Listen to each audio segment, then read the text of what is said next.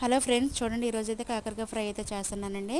కాకరకాయలను అయితే శుభ్రంగా కడుక్కొని చిన్న ముక్కలు కట్ చేసుకొని రెడీగా పెట్టుకోవాలండి. తర్వాత అదేవిధంగా ఆనియన్స్ కూడా తీసుకొని ఆనియన్స్ని కూడా సన్నగా పొడవుగా ముక్కలుగా కట్ చేసుకొని రెడీగా పెట్టుకోవాలి. ఇదైతే 10 డేస్ 15 డేస్ అయితే ఉంటుందండి. కాకపోతే మాకు కాకరకాయ ముక్కలు కొన్నే ఉన్నాయి కాబట్టి ఇదైతే 1 డేలోనే అయిపోద్దండి. నెక్స్ట్ ప్రాసెస్ అయితే స్టార్ట్ చేసాను. బాండి పెట్టిన ఆయిల్ వేసిన ఆయిల్ వేడిన తర్వాత చూడండి కాకరకాయ ముక్కలు వేసి ఇలా గోల్డ్ కలర్ వచ్చిందా వేయించుకోవాలండి. ఒక ప్లేట్లో తీసుకోవాలి. అదే ఆయిల్లో ఆనియన్స్ వేసి ఆనియన్స్ని కూడా బాగా వేయించుకొని గోల్డ్ కలర్ ఇలాగ వచ్చిందాక ఇటు కూడా ఒక ప్లేట్లో తీసుకోవాలండి. ఇక తర్వాత వచ్చేసి అదే ఆయిల్లోనే తాలింపులు కరివేపాకు వేసి వేయించుకోవాలి. ఇది ఎగుతున్నప్పుడు తగినన్ని వెల్లుల్లి తీసుకొని కచ్చాపచ్చా దంచుకొని ఈ పేస్ట్ని కూడా నూనెలో వేసి వేయించుకోవాలి.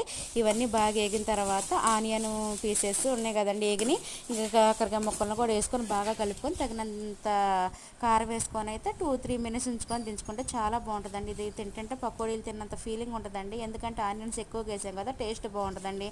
ఒకసారి ట్రై చేయండి. ఓకే అండి, బాయ్ అండి, బాయ్.